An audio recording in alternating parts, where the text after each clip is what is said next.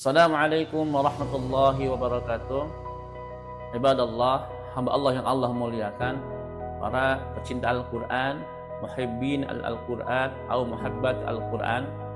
Alhamdulillah, sama saya Syihabuddin dalam channel YouTube Syihabuddin Al-Islami, ya insyaallah saya akan memberikan hal-hal yang bermanfaat, sesuatu yang bermanfaat, khususnya bagi diri saya pribadi dan umumnya bagi semuanya. Semoga nanti apa yang saya sampaikan menjadi amal jariah saya dan menjadi keberkahan ilmu yang saya sampaikan kepada semuanya. Pada kesempatan kali ini, saya akan menyampaikan tentang materi tahsin bagian yang kelima. Materi ini mungkin hampir jarang disampaikan oleh guru-guru Al-Quran ataupun para pembelajar Al-Quran. Bisa jadi ada yang sudah tahu, ada yang belum tahu. Mungkin pada materi tertentu atau pada lembaga tertentu. Yang harus kita perhatikan dalam mengajarkan Al-Quran ataupun belajar Al-Quran, ada 4 syarat yang harus kita ketahui para jamaah sekalian. Yang pertama adalah, yang wajib kita ketahui adalah qiraah.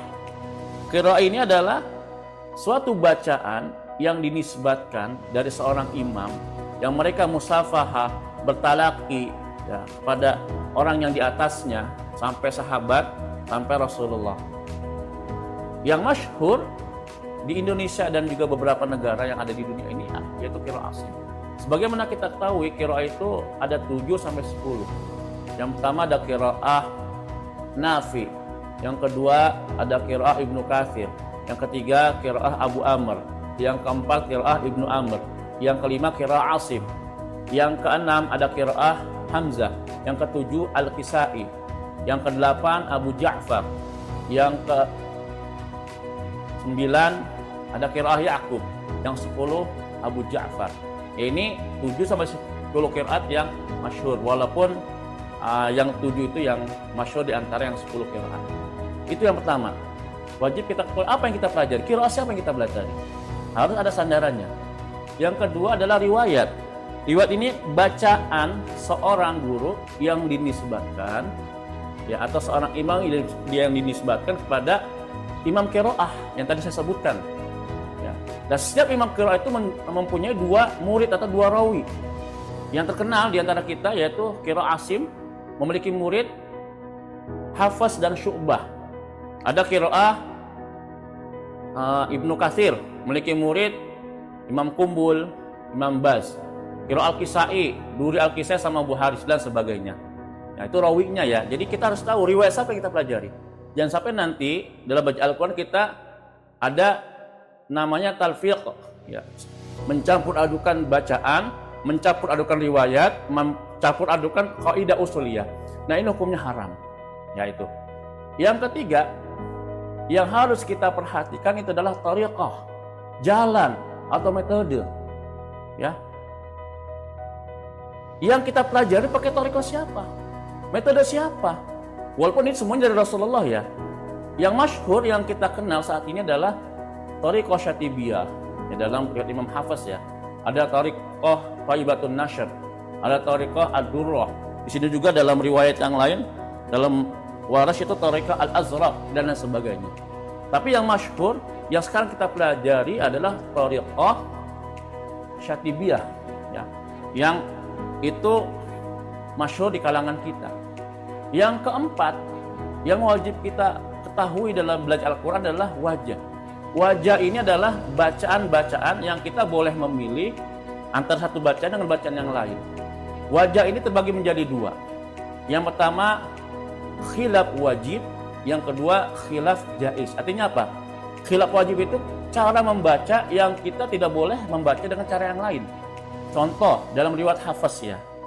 Itu dalam surah Al-Baqarah 245 ada kalimat wallahu yaqbidu wa yabsutu. Nah, kalau di mushaf Al-Qur'an atau mushaf Madinah yabsut itu di atasnya atau di atas sa itu ada huruf sin. Di riwayat Hafiz wajib dibaca sin. Karena di riwayat yang lain seperti Imam Syu'bah dan sebagainya itu dibaca sa. Ada lagi yang wajib dibaca atau jaiz wajib itu seperti dalam saktah ya. Di Daud Imam Hafiz ada 4 saktah. Yang dua diwajib dibaca sakta, yang dua boleh milih. Yang wajib dibaca sakta, contoh dalam surah Al-Qiyamah ayat 27. Wa qila man raqa. Sakta itu. Wa qila man raqa. Atau dalam surah Al-Mutaffifin ayat 14. Kalla baqrana. Kalla baqrana. Nah, selebihnya surah Al-Kahfi ayat 1, surah Yasin ayat 52, ya itu nanti bisa dicek dalam Quran ya, itu boleh disakta boleh tidak. Seperti alhamdulillahilladzi anzala ala abdil kitaba wa lam yaj'al lahu iwaja. Nah, boleh sakta boleh tidak. Ini itu namanya khilaf jaiz ya. Kalau khilaf wajib tuh cara bacanya. Contoh khilaf wajib adalah riwayat yang lain, misalnya riwayat Qiraah Ibnu Katsir. Qiraah Ibnu Katsir itu wajib membaca mim jab dengan silah. Contoh siratal ladzina an'amta alaihimu ya. Kalau kita kan alaihim. Kalau qiraah Ibnu Katsir dibaca alaihimu. Siratal ladzina an'amta alaihimu ghairil maghdubi alaihimu waladdallin dan sebagainya. Ada juga contoh dalam qiraah Ibnu Katsir ketika baca hak dhamir ya, yang sebelumnya huruf mati wajib dibaca panjang seperti minhu. Harusnya dibaca pendek, tapi Ibnu Katsir dibaca panjang minhu fihi abada. Namanya khilaf wajib. Ada khilaf jaiz. Khilaf jaiz itu kita boleh baca antara dua yang tadi saya sebutkan. Nah, di riwayat Hafs membaca awal surah Al-Kahfi. Yang terus surah Yasin ayat 52. Qalu ya wailana man ba'atsana min marqadina hadza. Ya, itu boleh sakta boleh tidak. Ada juga dalam surah Ar-Rum ya, ayat 54. Itu ada kalimat dha'fan, dha'fun sama ya Allahul ladzi khalaqakum min dha'f. Allahul ladzi khalaqakum min dha'fi. Tsumma ja'ala min ba'di dha'fa wa syaiba dan seterusnya. Ya mohon maaf. Nah, saya hanya memberikan contoh kalimat dha'fan itu ya. Nanti bisa dilihat dalam surah Ar-Rum. Itu boleh dibaca dha'fin ya. Dha'fan atau dha'fin. Ya, itu boleh salah satunya. Tapi ketika kita membaca kalimat dha'fin, kita harus dha'fin semua. Allahul ladzi khalaqakum min ba'di dha'fin. Nanti bisa dilihat dalam surah Ar-Rum ya kalau ada kekeliruan di ayat 54. Nah, inilah 4 cara yang wajib kita ketahui dalam membaca Al-Qur'an. Ya, nanti bisa dicek kembali dalam buku qiraah. Nah, saya ini mengambil dari kitab Qiraah Sab'ah ya, karangan dari Dr. Muhsin. Ya, salah satu dosen dari PTIP. Yang ini saya pelajari waktu saya menjadi mahasiswa S2 dalam belajar ilmu qiraat. Yang ini wajib saya sampaikan pada para jamaah, semoga kita mengetahui cara atau syarat dalam belajar Al-Quran.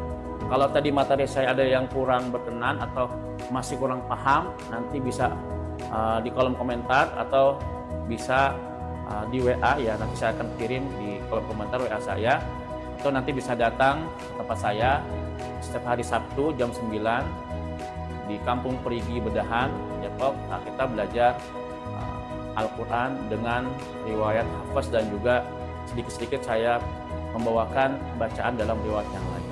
Semoga bermanfaat. Yang benar datang dari Allah Subhanahu wa taala, yang salah akibat al-fakir.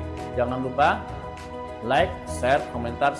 Semoga menjadi amal jariah. Aqulu qouli hadza. Assalamualaikum warahmatullahi wabarakatuh.